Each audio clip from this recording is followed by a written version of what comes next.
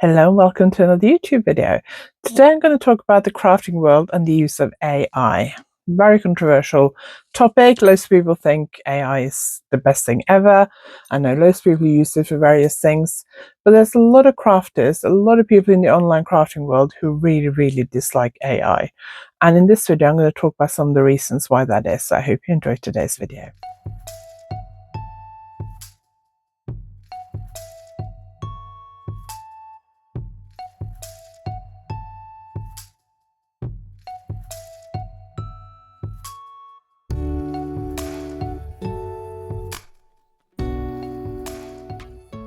If you're new here, my name is Anniken. I design knitting patterns. I teach knitting workshops online and in person, and I sell yarn through my website, YarnAddict.co.uk. If you like this video, please give it a thumbs up, and if you haven't subscribed yet, please consider subscribing.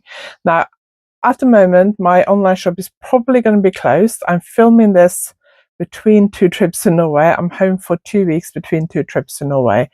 And I think this video will go out when I'm back in Norway. So my website will probably be closed.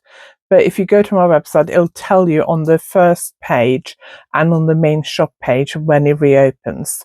And I do have, at the time of filming, loads of yarn in the reduced section of my website. But if my website is closed, then you won't be able to see the prices or the amounts available or add it to your cart. So if you go on there and you can't do any of those things, then you'll know I'm closed. It'll tell you on the website when I reopen, but I'm filming some videos ahead of time and I don't know exactly when they'll be out. So I might be reopening again, I might not, but do go and check it out. Make sure you sign up to my newsletter at YarnAddict.co.uk and follow me on social media, so you'll be notified when my website is open again. So AI is becoming rife in the crafting world, and a lot of people don't like it. A lot of people do use it a lot though, but a lot of people really don't like AI. Everything from designers, indie dyers, knitting, crafting, spinning, weaving guilds, yarn shops, yarn companies, knitting, crafting clubs, using AI to create advertising images, logos, avatars, inspiration boards, all that kind of stuff. But there's also a lot more involved in the use of AI in the crafting world, which we'll get to in this video. So I will start by saying that I'm not an expert on AI. I haven't really used AI. I did type my name into an AI model. I can't remember which program it was a few months ago. I just typed out, tell me about Anniken Allis or something. And I just read what it squirted out about me. It was mainly stuff that was taken from like my website and Ravelry profile and that kind of thing. But apart from that, I haven't really used AI a lot, so I'm not an expert on AI. But I do read a lot of the comments on social media about AI.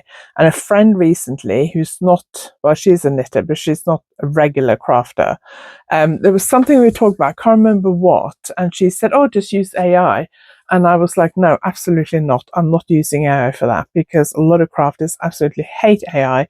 And I see a lot of people in the online crafting world who will block any businesses using AI. So I was like, I'm not using AI. I think it was to do with design submissions. I think I was saying about how much difficult I find it to sketch my ideas.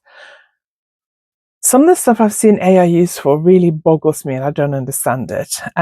But I'm going to talk about a few ways that AI is affecting the crafting world, because I think some people aren't aware. I think some people don't really see the harm in it.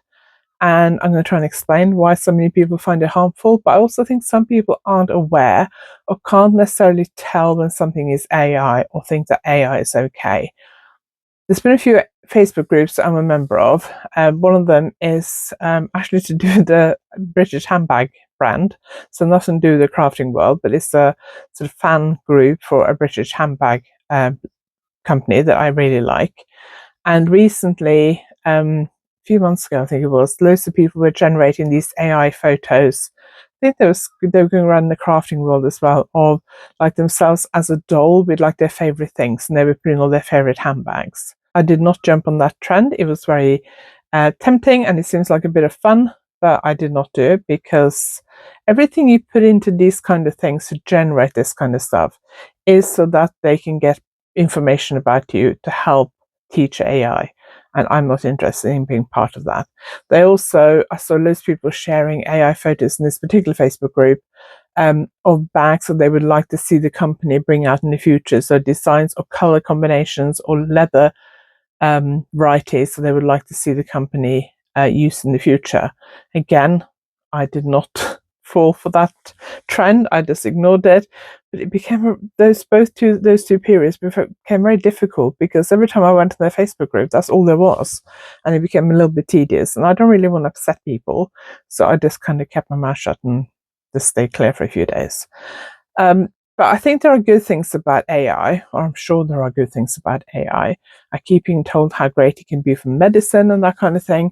But I also think there's a lot of bad out there. But I'm not an expert, but I just want to talk a little bit about how AI affect the crafting world and designers, indie dyers, authors, that kind of thing. Indie dyers may use AI to create inspiration boards for their yarn advents, to kind of get like a feel of the color theme and that kind of thing. I've seen yarn shops and magazines and things like that use it to generate advertising or social media images. And sometimes they're just so wrong. They're showing people knitting with a crochet hook. Or I saw one the other day, and the woman was knitting and she had 4 knitting needles. But it wasn't like when you knit in the round, like a sock or a sleeve on 4 double pointed needles. It was 2 needles going that way and 2 needles going that way. Very clever. I've also seen knitting clubs, knitting groups, crafting groups, guilds, all that kind of stuff, using it just to generate images to share in their newsletters and their online profiles. Some of these things you can get stock photos for. When it comes to, for example, indie dyers creating mood boards for their yarn advents, for example, I'm sure it's easier just to plug it into some kind of an AI generator, because you can probably create some quite beautiful pictures. But I'm also sure that if you can find pictures online, stock photo type websites where you can download pictures. There's probably even free stuff. I don't really know, because I've never done anything like that you can use, and then you can just use a collage creator. I have a collage app on my phone, which I use to create collages as well. But all the stuff I put into those collages are my own photos of things. So I use that, for example, to create the thumbnail for my YouTube videos. But whole patterns and books can also be generated by AI. And I haven't shopped for patterns on Etsy ever, because I don't really buy knitting or crochet patterns. And if I do, I would buy them on Ravelry probably. But it's very rare. I can probably count on one hand the number of knitting patterns I bought in the last 20 years. And when I used to buy them back when I was a teenager and in my 20s, I would buy them from yarn shops, because the online world wasn't a thing yet. Basically, AI will steal from creative people, from designers, from authors.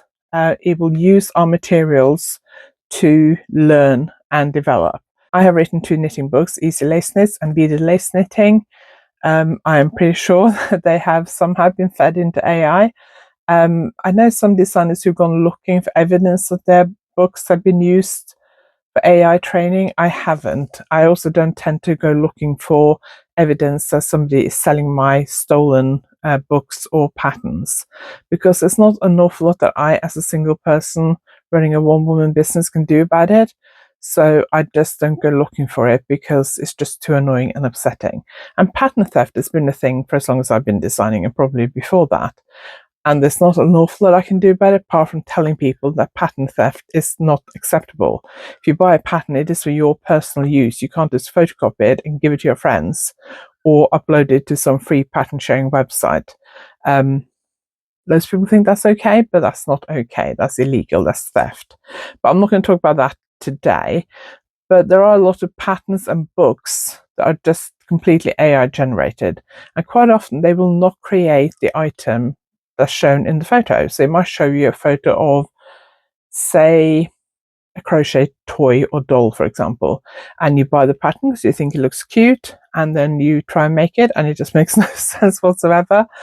And that's the thing. I don't think AI is going to replace knitting designers or crochet designers anytime soon. At least I hope not. It does steal from creators. It will copy things and learn from things, but it doesn't, the result is not very good. On Etsy and Amazon, a place like that, there is a lot of AI stuff. So just be careful. If you see something that looks very cute or something you want to buy, book, pattern, that kind of thing, see if you can find on other websites. If the only sources are places like Etsy and Amazon, see if you can find a website for the designer or social media profile for the designer. Just spend a few minutes just doing a little bit of basic research before you buy it, because you don't want to spend your money on something that's not going to create the stuff you want it to create. There is also quite a big environmental impact of AI.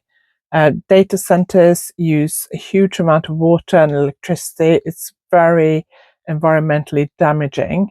They are now talking about building the AI data centers in the Arctic. There has been talk about that's part of the reason why Donald Trump has been so keen to take over Greenland. Don't want to get into politics here. I think it's fairly obvious if you follow me on social media what I believe in. As a Scandinavian, I think the US should not take over Greenland. I don't think that's what the Danes or the Greenlanders want. But a lot of places in the Arctic or in colder parts of the world has become targets for building AI data centers. I guess it's the same in the Southern Hemisphere, in the colder parts, because it takes a lot of water to cool it down, apparently. And there is a huge, people who know more about this than I do say that there is a huge environmental impact. And as our world is doing really badly from the environmental point of view anyway, I'm not sure whether building all these data centers is a good idea. Do we really need them? I'm not sure. I'm sure there are good things about AI in the future, but I'm not sure we need the amount of it. And I'm not sure I want to contribute to it just because I want to create some silly picture of me as a doll with all my fairy things around me. I was very disappointed when that trend was going around earlier this year or last year, whenever it was. Everyone creating those little dolls in a box that look like you with all your favorite things around you. I didn't do that. I'm also a bit worried about feeding stuff into these kind of websites that create, or apps that create these things, because I'm assuming the reason they're doing it is because they want your information, so they can use that to train AI to become to know more about you and become more accurate. That may also be happening to stuff we post on social media, photographs we post on Facebook, for example. So I don't want to be completely paranoid. I don't very often post stuff on Facebook anymore. I used to post all my holiday photos on Facebook and that kind of thing. Don't do that very often anymore, but I do quite often post pictures from my holidays and trips and days out on my Instagram stories. And I'm sure that Meta, who own Facebook and Instagram and WhatsApp, I'm sure they use that to do whatever with. But I do try and be sensible when it comes to use of AI and be deliberate about my use of it. But also, I can't just not use social media at all, because I need that to run my business. Plus, I enjoy using social media. So you can kind of be very anti all this stuff and like cut yourself off completely from all this stuff. But I don't think that's a good idea either. I think it's good to find a balance. But if you are a creative person, you run a creative business, yarn shop, yarn company, knitting group, spinning group, you're a crochet knit designer, why not use the tools and the materials you have around you to create photos, to create images? If you need a photo of some beautiful yarn or a person knitting, take a picture of someone knitting or get someone to take a picture of you knitting.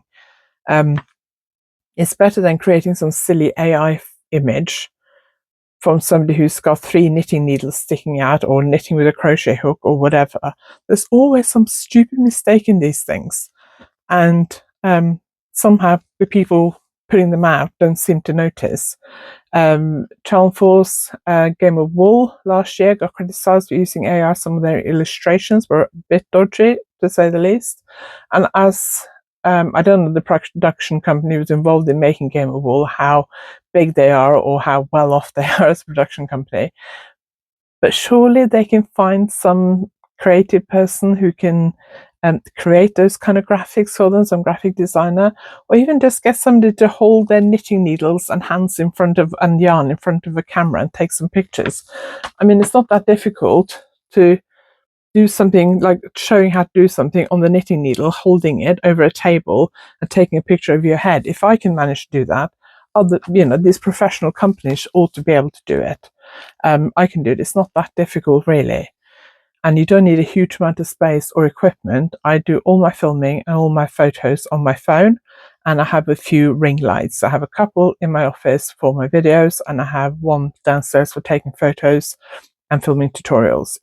And I have a couple of different tripods, but none of these things are expensive. They're quite easy to get hold of, and it's quite easy to do, I think. Wonderwool got criticised earlier this year. They had a competition for creating a logo, I think it was, or some kind of thing to go on their tote bags and stuff like that. When the tote bag design came out, it was accused of being AI, and I think what they said, I didn't follow this hugely closely because I wasn't doing Wonderwool this year, but I think they said that it had been created by a designer, by an artist, but the organizer had run it through an AI system to mock it up onto their tote bag to show what it would look like. I think that was the explanation. Apologies to Wonderwool if I got that wrong, but from what I remember, that seemed to be what I was reading online. They got absolutely slated for it online. They had to apologize to the artist, and it was a bit of a disaster. So be careful about doing stuff like that. So to me, I think the use of AI in the crafting world is damaging designers like me. It's damaging young companies, indie dyers, anyone who work in this industry. And it's huge environmental impact and damage to our environment for stuff that, I can see there might be stuff that AI can be used for. If it's used for things that save lives and cure diseases, I think that's probably justified. If it's used for creating silly AI images of me looking like a cute doll with loads of knitting needles and yarn and handbags around me, then is that really worth the environmental impact? So let me know what you think about this. Do you use AI? Do you think I'm completely wrong? Tell me in the comments in a respectful way, please. Have you used it, not really thought about it, not really realized, or do you not even recognize what AI is? It's difficult because there are some AI stuff that's becoming more realistic looking. We've all seen the pictures of crowds and stuff where if you look closely, you can count the people that got 7 fingers and stuff like that. Or they're just weird things. I mean, the royal family in this country have been accused of it. There's a couple of years ago or so, there's a picture of Prince William and his family, and there's something odd about the picture, about like a sort of casual family picture. And there were loads of rumors about that it'd been created using AI, or one of the kids had been pasted onto it later or something. I have no idea whether that was true or not. I don't really care enough about them to worry about it, but silly things like that. The problem is, once you start using AI, you're going to keep being accused of it. So let me know what your views are. Do you agree with me? Do you disagree with me? If you disagree, that's fine. Just be respectful about it. Have you been caught up with buying like an AI created pattern or book? Let me know in the comments. Thank you very much for watching. I really appreciate it. If you like this video, please give it a thumbs up. And if you haven't subscribed yet, please consider subscribing. And check out all my social media links, sign up to my newsletter and everything else in the description below this video. Thanks for watching. I'll see you next time.